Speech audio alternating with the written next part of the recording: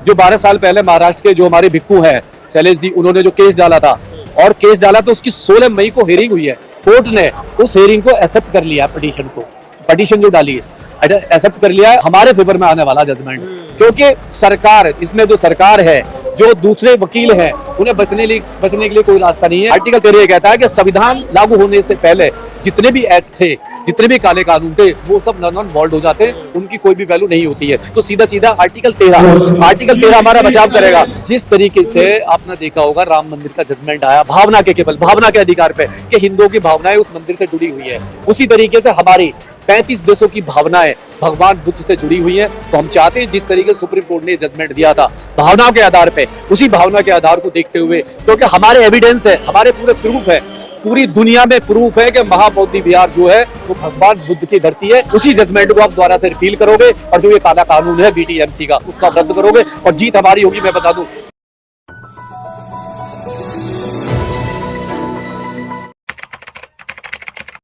देखिए सरकार डरी हुई है, जो बिहार की सरकार है, जो RSS की सरकार है, जो BJP की सरकार है।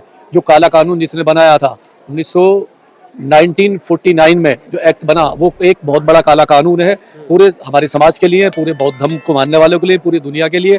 हम उसकी घोर निंदा करते हैं और जिस तरीके से आंदोलन को कुचला गया है उसकी हम घोर निंदा करते हैं नीतीश कुमार की, कि वो होश में आए। वो हमारे देश में जो बौद्धिस्ट हैं, जो उनकी भावनाएं महाबौद्धि विहार से जुड़ी हुई है, वो उनको इस तरीके से ना कुचले, वरना ये देश बहुजनों का देश है, बौद्धिस्टों का देश है। इस देश में नीतीश कुमार का रहना बड़ा मुश्किल हो जाएगा, क्योंकि जिस तरीके से नीतीश कुमार ने 12 मई को वहां पे बुद्ध पूर्णिमा के दिन जिस तरीके से वहां पे हवन कीर्तन कराया, वहां पे हनुमान चालीसा का पाठ कराया, जय श्री राम के नारे लगाए और जो शिवलिंग की पूजा कराई एक राज्यपाल से, जो मोहम्मद आरिफ खान, एक मुस्लिम होते हुए राज्यपाल, जो मतलब जिन्होंने वहां शिवलिंग की पूजा की है। एक देखिए, एक मुस्लिम से RSS ने कराया, एक कितना बड़ा प्लान है। कभी भी आपने देखा होगा किसी भी मंदिर में, किसी भी मस्जिद में, किसी भी गुरुद्वारे में, किसी भी चर्च में, किसी दूसरे धर्म का वहां पे ना श्लोक होता है, ना कोई पूजा पाठ होता है, ना हवन कीर्तन होता है, ना कोई चालीसा पढ़ी जाता है। ये केवल बौद्धों को नीचा दिखाने के लिए, बौद्धों की ताकत को डाउन करने के लिए RSS ने पूरे प्लान से किया। और हम राज्यपाल की घोर निंदा करते हैं और अपील करते हैं, राष्ट्रपति से अपील करते हैं, सुप्रीम कोर्ट से, कि राज्यपाल पे देशद्रोह का मुकदमा लगना चाहिए, क्योंकि राज्यपाल की कोई हैसियत नहीं है। वो महाबौद्धि विहार में भगवान बुद्ध की पावन धरती पे उस दिन वहां पे शिवलिंग की पूजा कराए, क्योंकि वो कोई मंदिर नहीं है, वो कोई टेम्पल नहीं है, वो महाबौद्धि विहार है जो सम्राट अशोक ने बनवाया था। वो हमारे दुनिया की पहचान है, हमारे देश की पहचान है और दुनिया में जहां भी बौद्धिस्ट रहते हैं वो उनकी पहचान है। तो हम घोर निंदा करते हैं राज्यपाल की, जिस तरीके से राज्यपाल ने वहां पे एक नंगा नाच हिंदू मुस्लिम का किया और वो दिखाना चाहा कि जो कब्जा करने की एक जो तैयारी है महाबौद्धि विहार पे। इससे पहले कभी पूजा पाठ नहीं होती थी, इससे पहले वहां पे कुछ नहीं होता था, केवल वहां पे बुद्ध वंदना होती थी, वहां पे पंचशील का पाठ होता था, वहां पे शांति पाठ होता था।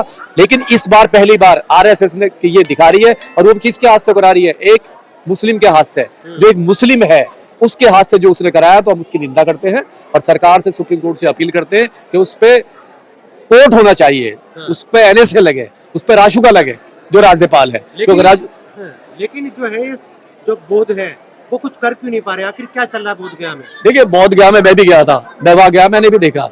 बोध गया में जितने भी भिक्खू बैठे हुए हैं, चाहे मैं नाम नहीं लेना चाहता, आकाश लामा से लेके बाकी जितने भी हैं, वो सब एक पैसे की लड़ाई लड़ रहे हैं। भगवान बुद्ध से उनका कहीं दूर दूर भी मतलब नहीं है।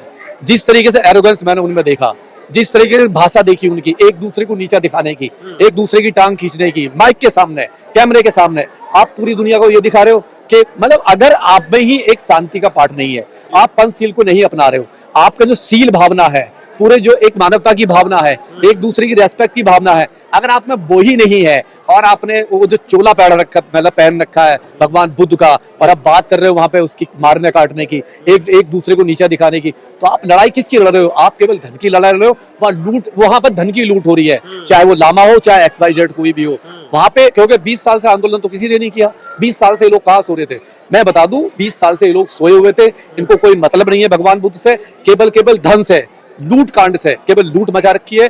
भगवान बुद्ध के नाम पे जितना पैसा आया है वहां पे अकूत पैसा संपत्ति आई है और उस संपत्ति का हिसाब इस समाज को देना पड़ेगा। जिस तरीके से रात को लामा जी ने अपने आप ही नोटिस देके राज्यपाल को बाकायदा नोटिस दिया है, डीएम को नोटिस दिया है कि मैं अपनी मर्जी से इसको हटा रहे हैं, तो इसका क्या मतलब है? इसका मतलब ये कि कहीं ना कहीं आपने वहां के डीएम से, वहां के राज्यपाल से, वहां की सरकार से मिली भगत करके आपने उस धरने को खत्म किया है। और आपका धरने का मतलब केवल बुद्ध के अनुयायियों को, भगवान बुद्ध को केवल आपको यूज करना था, आप उनको इस्तेमाल कर रहे थे, आपकी भावनाओं से उनका कोई मतलब नहीं है।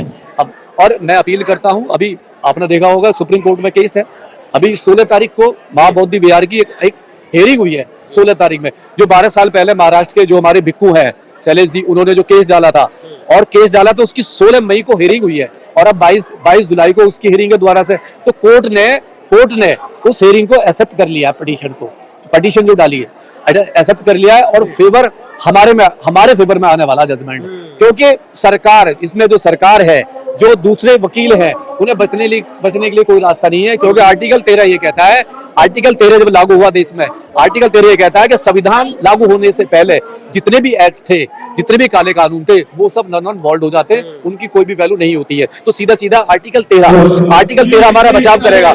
और जिस तरीके से आपने देखा होगा राम मंदिर का जजमेंट आया भावना के अधिकार पे कि हिंदुओं की भावनाएं उस मंदिर से जुड़ी हुई है, उसी तरीके से हमारी 35 देशों की भावनाएं भगवान बुद्ध से जुड़ी हुई हैं। तो हम चाहते हैं जिस तरीके से सुप्रीम कोर्ट ने जजमेंट दिया था भावनाओं के आधार पे, उसी भावना के आधार को देखते हुए, क्योंकि हमारे एविडेंस है, हमारे पूरे प्रूफ है, पूरी दुनिया में प्रूफ है कि महाबोधि विहार जो है वो भगवान बुद्ध की धरती है, सम्राट अशोक ने बनवाया था। हर साल लाखों करोड़ों भिक्खु संघ बाहर से आते हैं, पूरी दुनिया से आते हैं। तो हम ये चाहते हैं जिस तरीके से हमने राम मंदिर का जजमेंट दिया भावनाओं को, हिंदुओं की भावनाओं को रखते हुए, तो जो बौद्ध अनुयायी है, जो भगवान बुद्ध में बिलीव करते हैं, उनकी भावनाओं को आप विश्वास में लेते हुए आप उसी जजमेंट को आप दोबारा से रिपील करोगे और जो ये काला कानून है बीटीएमसी का, उसको आप रद्द करोगे और जीत हमारी होगी। मैं बता दूं, कोर्ट में लड़ाई है, हमें कोर्ट से ही इस समय हमें न्याय मिलेगा।